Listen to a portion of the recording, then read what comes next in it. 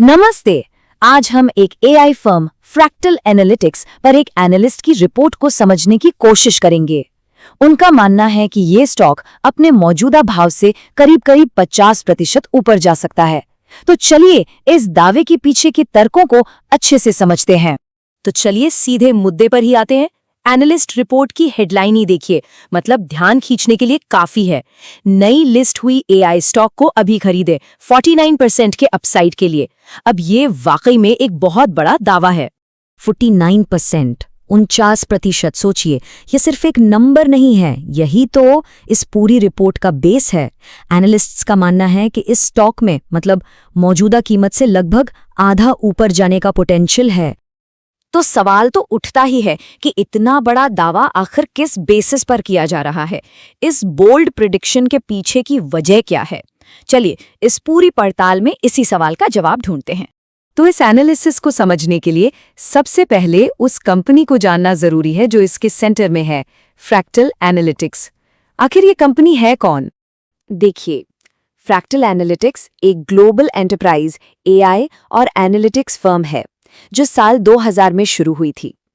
अगर आसान भाषा में कहें तो ये कंपनी 20 साल से भी ज्यादा समय से बड़ी-बड़ी कंपनियों को डेटा का सही इस्तेमाल करके बेहतर फैसले लेने में मदद कर रही है।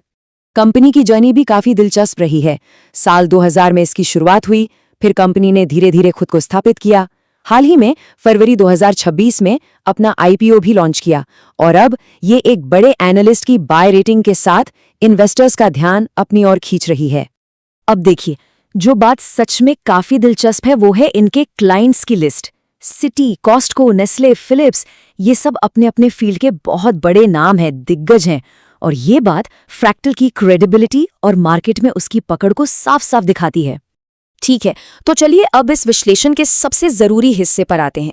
एनालिस्ट की इस बाय रेटिंग के पीछे 3 मेन वजहें हैं, या यूं कहें कि 3 पिलर्स हैं जिन पर यह पूरी थियोरी टिकी है। पहला पिलर है ये हैरान कर देने वाला नंबर 98%। ये है इनकी सालाना क्लाइंट रिटेंशन रेट, मतलब इनके लगभग सभी क्लाइंट्स साल दर साल इनके साथ बने रहते हैं। तो सबसे जरूरी बात क्या है? जब आपके 98% क्लाइंट्स वापस आ रहे हैं तो इसका सीधा मतलब है कि आपकी कमाई बहुत स्टेबल और भरोसेमंद हो जाती है। और यही चीज कंपनी को भविष्य की प्लानिंग करने और ग्रोथ के लिए एक सॉलिड फाउंडेशन देती है। लेकिन रुकिए, कहानी यहीं खत्म नहीं होती, ये तो और भी बेहतर होने वाली है। जरा इस चार्ट को देखिए। ये नेट रेवेन्यू रिटेंशन दिखा रहा है जो 120% से भी ज्यादा है। कमाल है ना? इसका मतलब ये है कि क्लाइंट सिर्फ रुक ही नहीं रहे, बल्कि वो टाइम के साथ और भी ज्यादा खर्च कर रहे हैं। और ये इंडस्ट्री एवरेज से बहुत बहुत ज्यादा है। तो ठीक है, क्लाइंट्स खुश हैं, वो ज्यादा खर्च भी कर रहे हैं, ये सब सुनने में तो बहुत अच्छा लगता है। लेकिन एक इन्वेस्टर का अगला सवाल क्या होगा? यही कि क्या कंपनी प्रॉफिटेबल है? और यही सवाल हमें एनालिस्ट के दूसरे पिलर तक ले आता है। एनालिस्ट का मानना है कि फ्रैक्टल 20% से ज्यादा मार्जिन हासिल करने के रास्ते पर है। अब इसके लिए 3 स्ट्रैटेजी हैं। पहली, कम लोगों के साथ ज्यादा रेवेन्यू बनाना।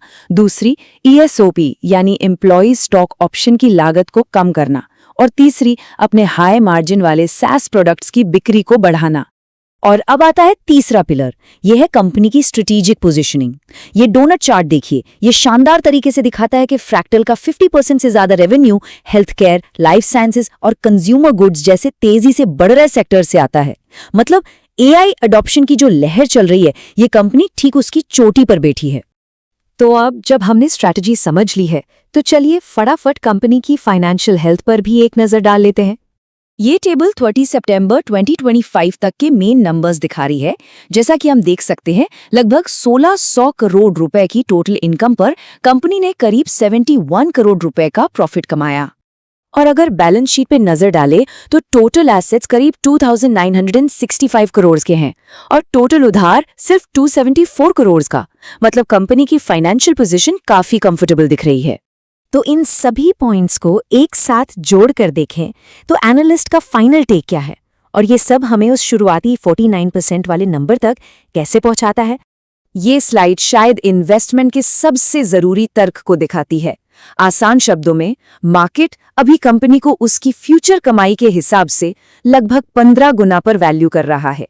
लेकिन एनालिस्ट का मानना है कि इसकी ग्रोथ और एआई में जो पोजीशन है, उसे देखते हुए इसे 22 गुना का वैल्यूएशन मिलना चाहिए। और बस इसी गैप से वो 49% के अपसाइड की उम्मीद है। और एनालिस्ट के अपने शब्दों में ही इस पूरी कहानी का निचोड़ सुनिए। उन्हें मजबूत क्लाइंट मैट्रिक्स, बेहतर होती प्रॉफिटेबिलिटी और एआई में स्ट्रक्चरल एक्सपोजर की वजह से सिग्निफिकेंट री-रेटिंग पोटेंशियल दिखता है। तो आखिर में सब कुछ इस एक सवाल पर आकर टिक जाता है। फंडामेंटल्स मजबूत हैं, मार्केट बहुत बड़ा है, लेकिन क्या फ्रैक्टल का एग्जीक्यूशन इतना दमदार होगा कि वो इस वैल्यूएशन गैप को भर सके? यही वो सवाल है जो आने वाले वक्त में इस स्टॉक की कहानी लिखेगा।